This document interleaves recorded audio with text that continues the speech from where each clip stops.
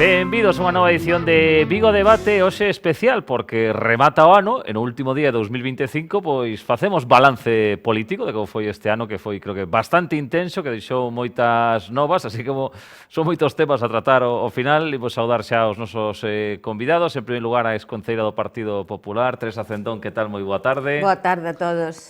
Tamén está con nos o exconcelleiro do PSOE, Xulio Calviño, que tal? Moi boa tarde. Hola, moi boa tarde a todos. E o exsecretario comarcal da CIGA, Serafín Otero, que tal? Moi boa tarde. Moi boa tarde a todos. Bueno, pues vamos a empezar primeiro nun ámbito así máis local, autonómico, de como foi este ano 2025, que, bueno, deixounos moitas novas, por exemplo, creo que destacada en Vigo a aprobación por fin do Pexón, que era algo moi demandado. Outras infraestructuras parece que non avanza tanto, por exemplo, se AVE Vigo-Ourense por Cerdedo, que segue aí embarrado en diferentes estudos, e, bueno, en fin, a sanidade, vivenda, moitos temas que pasaron en este ano.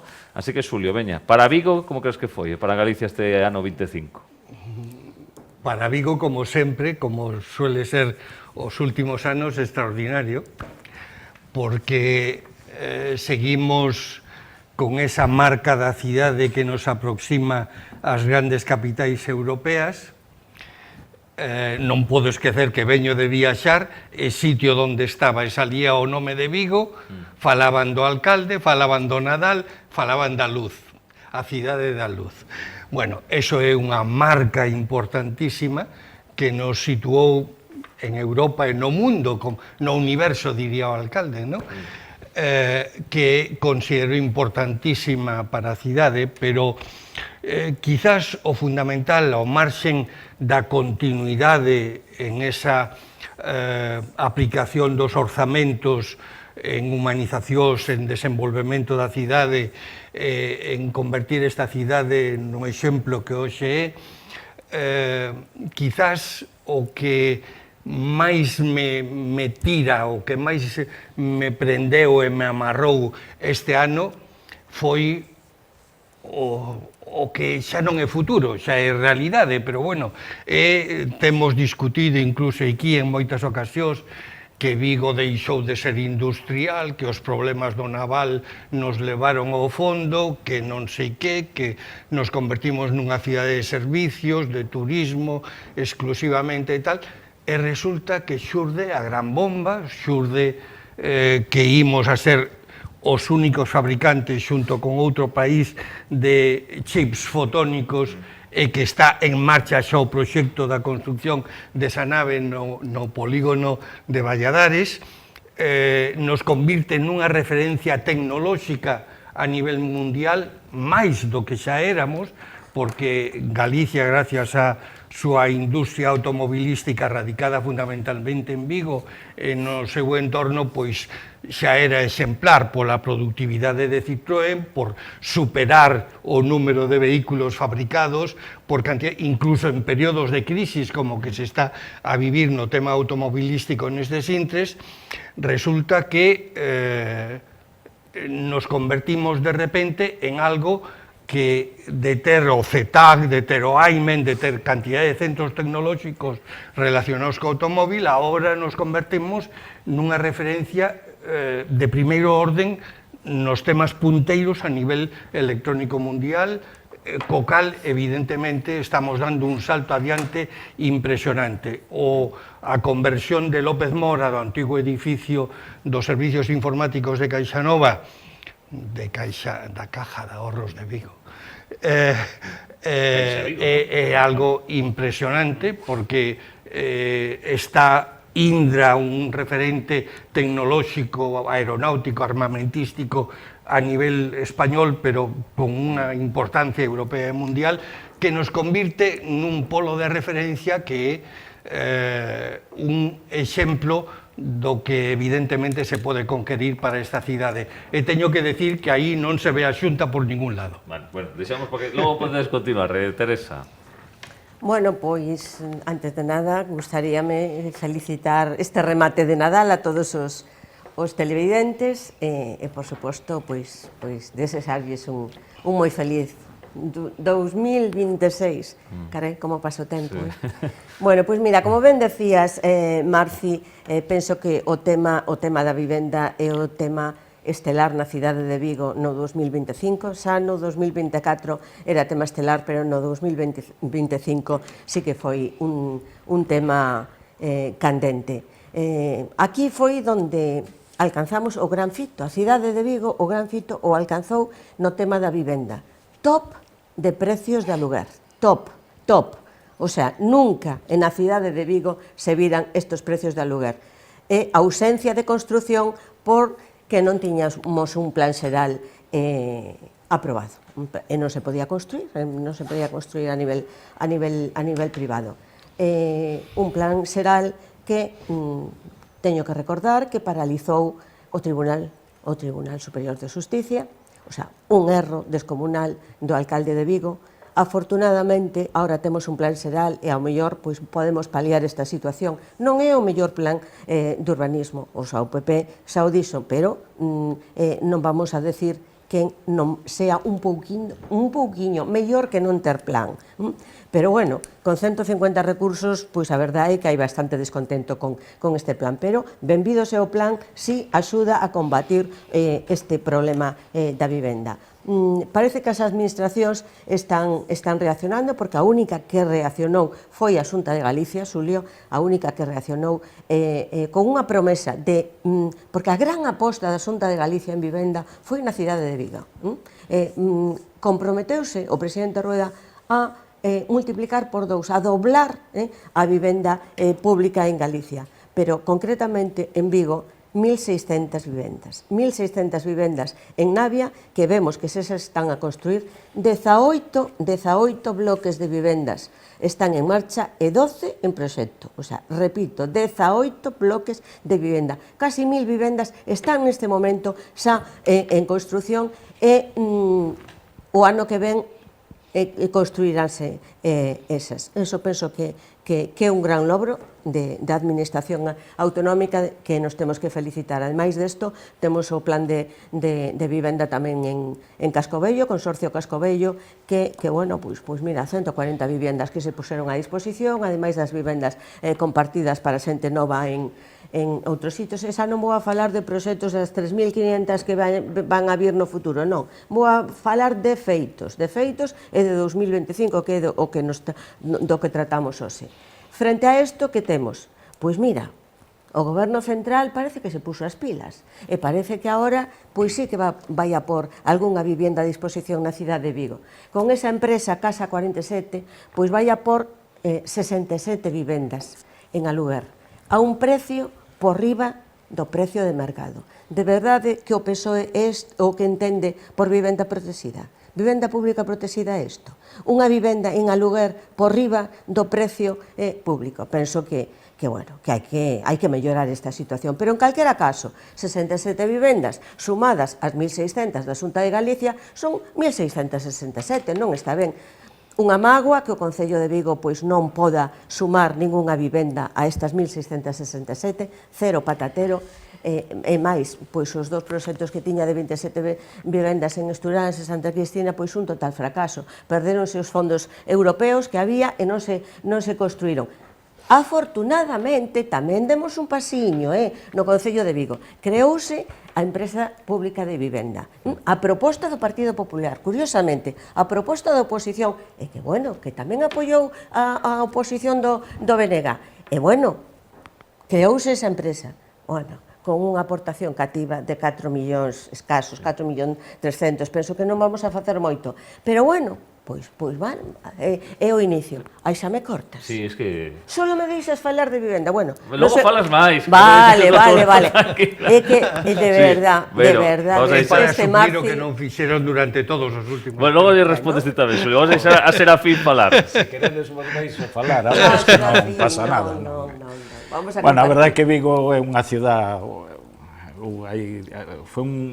Vigo foi coñecido por ser o porto pesqueiro máis importante do mundo, posiblemente, non? Pois sí.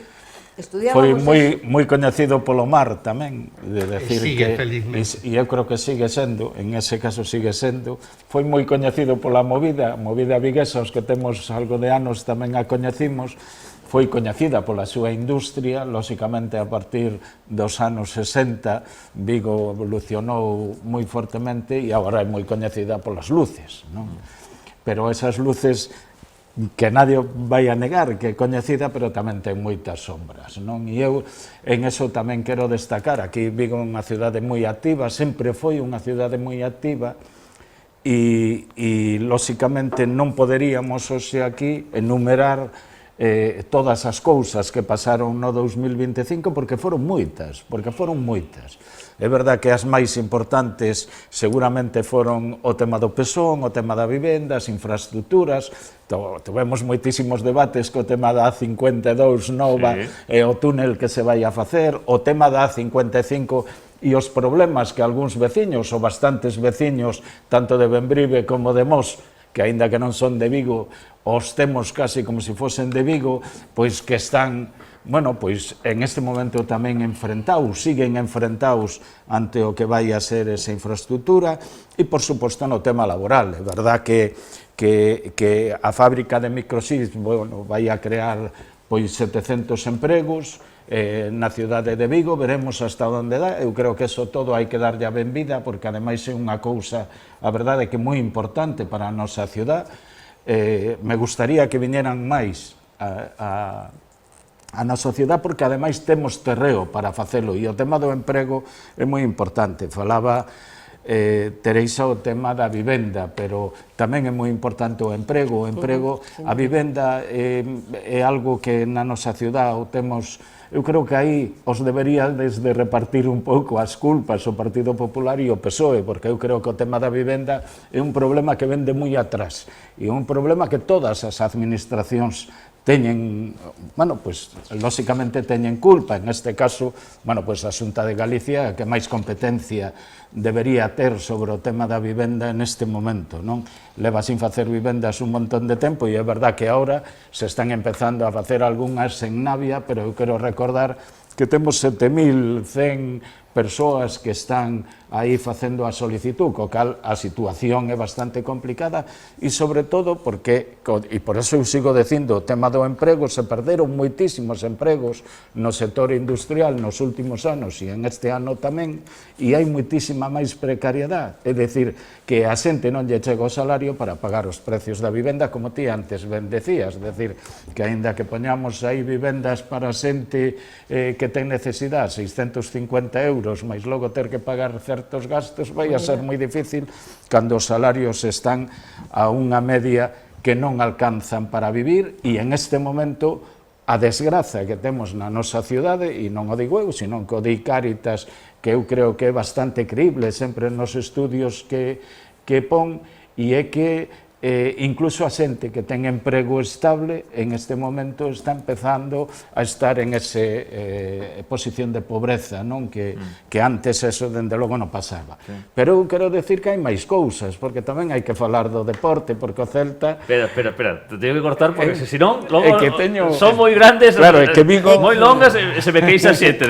Vou a sacar de reloj, Sí, teño aí, estou controlando o reloj. ¿Dónde está que non o miro? Quenda de réplica, a ver, Xulio. Bueno, hoxe, menos mal que estou 2-1, cando estamos 3-1, pois todavía contades con máis tempo a oposición é a que aquí neste estudio, en esta tertulia.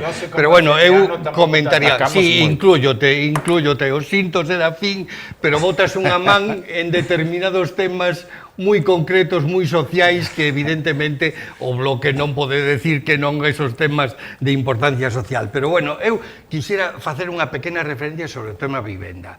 O tema vivenda nace, a súa gran dificultade, nace da burbulla inmobiliaria. Creou unha situación de espanto económico tal que se estiveron montóns de anos sin facer absolutamente nada no tema da vivenda, e aí son culpables absolutamente todas as administracións. Pero é que tiñan un sustento razonable, que era que se viviu unha situación como a da burbulla e a crisis económica que supuxo aquelo, que foi tremenda e que creou unha inercia durante moitos anos que fai que a oferta sexa pequenísima e, polo tanto, hai un gravísimo problema. Claro, se está no Concello de Vigo, pode pensar as maiores responsabilidades no tema da vivenda son, non digo únicas, pero son da Xunta de Galicia. Entón, pode intentar que a Xunta de Galicia faga algo máis que vir a Vigo todos os días, todas as semanas, semana sí, semana 2 veces e tal, a darse paseos por Navia para ver como nacen as 1.600 vivendas das que hai escasas pequenas estructuras. Pero bueno, en todo caso estiveron 18 anos facendo 62 vivendas públicas en Vigo. 62. Co cal, evidentemente, ao final o Concello ten que entrar polo aro e ten que darse conta de que ten que xogar o papel que a Xunta de Galicia non está a facer con esta cidade, como en moitísimos outros temas. Co cal, pon toda a carne no asador. Empresa pública, o Observador da Vivenda en colaboración coa Universidade de Vigo, cantidad de propostas para os propietarios para que poñan os seus pisos no mercado, pagándolle o seguro, dándolle seguridade que van a cobrar os alquileres, os alugueres, toda unha chea de medidas que é unha auténtica batería onde non queda ningunha fora. É obvio que eso non se resolve dun día para outro, pero está en marcha e felizmente vai haber en Barreiro, vai haber en Lavadores, vai haber as que ti dis que se perderon a subvención europea, cousa que non é certo, porque se van a facer exactamente igual no entorno do actual novo parque de bombeiros, co cal o tema da vivenda estáse abordando con toda a intensidade por parte do Concello de Vigo, sin a menor dúbida. Aproveitando que o amigo Serafín, coa súa preocupación sindical, fala do emprego en Vigo. O emprego en Vigo ten unhas cifras extraordinarias, supera as cifras dos mellores momentos que houbo na cidade. Nunca houbo tantos empregados na cidade de Vigo como nestes intres. A min xa me empeza a molestar un pouquiño o tema dos informes de que a desigualdade mantense, a desigualdade tal, a desigualdade cual.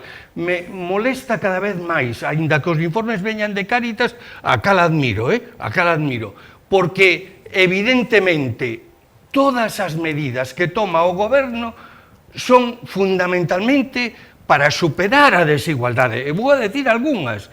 Se suben as pensións dos xubilados o importe da coste da vida, pero as máis baixas suben un 7%, as non contributivas un 11 e pico por cento.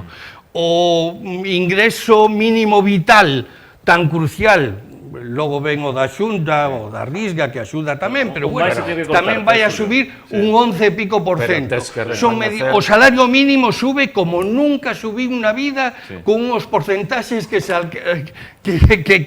pronto van a ser duplicados nos anos do goberno de Pedro Sánchez. As medidas son impresionantes. E no tema dos salarios é que tamén me gustaría apuntar ese último tal, porque o propio acordo cos sindicatos mayoritarios para mellorar os salarios dos funcionarios vai a tirar enormemente dos que realmente están sendo unha rémora a hora de non subir os empregos, que é a empresa privada que ten que subir os empregos, os salarios, por riba do coste da vida. E todos os expertos teñen absolutamente claro que o ano 26 é o ano deso, porque, entre outras cousas, vai a tirar a subida dos funcionarios para elo. Todas as medidas do goberno van en dirección de superar a desigualdade.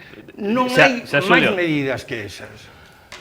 Bueno, si algo me gusta da tua intervención, Xulio, é que por primeira vez recoñeces que o Concello de Vigo ten competencias en vivenda. Porque, claro, non recordamos cando Abel Caballero, nos seus inicios, prometía naquela campaña electoral o mar de grúas en Vigo, con vivendas. Non vimos ningunha grúa. As únicas grúas que vimos naquel momento na cidade foron no Hospital Álvaro Cunqueiro. Ahora sí que vemos mar de grúas, Xulio, 18 bloques levantados en Navia e 10 máis en proxecto. Esos son feitos. Pero mira, decías que a consecuencia era da burbulla. Non, a consecuencia é de 10 anos coa construción paralizada en Vigo, porque non tiñamos plan xeral, porque o plan xeral de ordenación municipal de Vigo, o de Abel Caballero, tumbou no Tribunal Superior, e esa ausencia e esa falta de construción foi o que nos levou a esta situación. Pero bueno, non vamos a falar máis de vivenda, porque a min gustaríame falar de outras cousas. Máis infraestructuras, ETEA, o sea, porque o Concello de Vigo, mira, veño superpositiva que estamos no Nadal, pero bueno, todas estas críticas as plantexo como retos para conquerir feitos no ano 2026. O Concello de Vigo solo retrasa proxectos, paraliza proxectos ou directamente os boicotea. A ETEA, todos os retrasos veñen pola Xunta de Galicia. Afortunadamente, outro día, o presidente da Xunta deu un golpe da mesa e dice que non me deixades entrar cos camións, pois eu vou a construir a residencia de Amancio Ortega. Estamos a construir. Pásate pola ETEA porque xa ten outro aspecto. Ou senón... Resulta que non podíades. Escoita, non, perdoa. Ou senón, espera, pa primavera, que a mellor xa podes disfrutar dunha cafetería ali construída pola Xunta de Galicia. Bueno, educación. En educación vamos a construir, seguro que Serafín e eu, que compartimos residencia en Navia, vamos a estar encantados. Un instituto en Navia que preserva a Carballeira, que preserva a Carballeira, con un custo máis elevado, pero preserva. E despois, hai dous proxectos nos centros de formación profesional do Mesueiro, o Manuel Antonio e o Paz Andrade, que estamos a esperar a licencia do Concello de Vigo. Retrasa, para que non abordemos esa obra. Non se vai a notar en Vigo que a Xunta de Galicia actúa. Sanidade, un centro integral na antigua Audiencia, en Coia. Estos son feitos, o sea, que o vamos a ver inaugurado en breve, o sea, neste ano. Cultura. Bueno, a ver se non nos vamos a felicitar por a adquisición do Cine Fraga. Eso vai a ser un revulsivo para a cultura en Vigo. Claro, Abel Caballero tamén criticou isto, porque claro, non viu da Mandel. Esta criticou que o teña que regalar a banca, sí, o teña que regalar, e como o mercou a Diputación e a Xunta de Galicia, pois non está de acordo. Pero o que o gran feito en cultura de Abel Caballero é que suprimiu e levou a amorrecer as festas patronais das nosas parroquias, porque non deixou que as atraccións puderan actuar. Curiosamente, outro sistema, porque a noria que temos aquí a 10 metros, non sei como a noria pode e as norias non poden nas parroquias, pero bueno, son as cousas de Abel Caballero. Deporte, que decía Serafín, pois mira, pois temos 13 millóns de aportación da Diputación de Pontevedra para a grada de gol, temos a piscina de Teis 3 anos dende o incendio sin levantar, pois mira, que tamén se va a reconstruir con unha aportación da Diputación.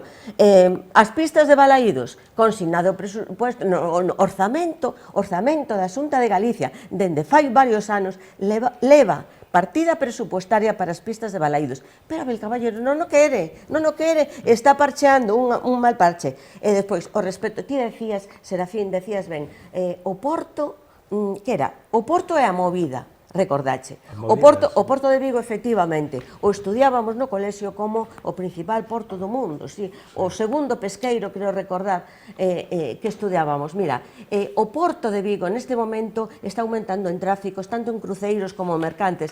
Está indo moi ben o Porto de Vigo. Colastre de que o goberno central vetounos para ser Porto Nodal, e vainos restar moitas inversións. Ten que rematar, bueno, vale, pois mala, eu son disciplinario. Sigo para o terceiro turno, porque teño moito, A ver, Serafín. Eu tamén, non, con todo o que estamos, e como casi nos metimos no emprego na vivenda, non, eu creo que moitas das cousas que en este momento non están funcionando tamén teñen que ver pola falta de diálogo entre administracións. Pero eu creo que tamén a falta de diálogo cos propios cidadáns, porque sí que se deu, e iso se dá no tema da Xunta, tampouco podedes presumir moito de diálogo, porque cando fixachedes os orzamentos últimos que se acaban de aprobar, bueno, a verdade é que non contache, parece que os da oposición, todas as cousas que puseron en riba da mesa, ningunha valía, non? Pero o mismo tamén para o Concello, que non vale absolutamente nada, non? E logo que moi pouco diálogo, que é verdad que bueno, a xente non lle dá casi importancia, porque é algo recurrente, é algo que pasa todos os anos, non?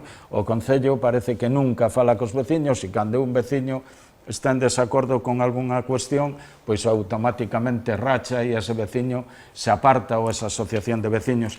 E iso sí que é algo que tuvemos, e eu creo que tivemos en varios debates, non? Tamén aquí e en outros medios de comunicación. Pero, bueno, eu quero ir ao positivo, e o positivo foi que o Celta, 8 anos despois, bueno, pois creo que foi un acontecemento, e hai que decilo, pero que está outra vez en Europa. Non sei hasta onde chegará, pero con eso xa nos debería de ilusionar, e sobre todo porque os que imos ao campo ou vemos os partidos pola televisión, vemos que xente nova, non? Que tamén se achega, tanto homes como mulleres, e iso é unha felicidade, porque ir ao fútbol se ve tamén como unha cuestión de festa, non? A única presidenta que tal? na Liga Española. A mí me parece, non? E logo que podemos incluso tes esa sensación cando xoga o Celta de que xoga un equipo de Galicia, o equipo de Vigo, non? O Celta de Vigo, non? E iso sí que nos enche de ilusión. Por outra, bueno, pois o conflito que tivemos co tema das gradas, que eu creo que ese conflito ainda vai a durar no 2026, porque o cariño que se teñen Abel Caballero e el señor Louzán, eu creo que ese amor vai a continuar aí en Gresca, non?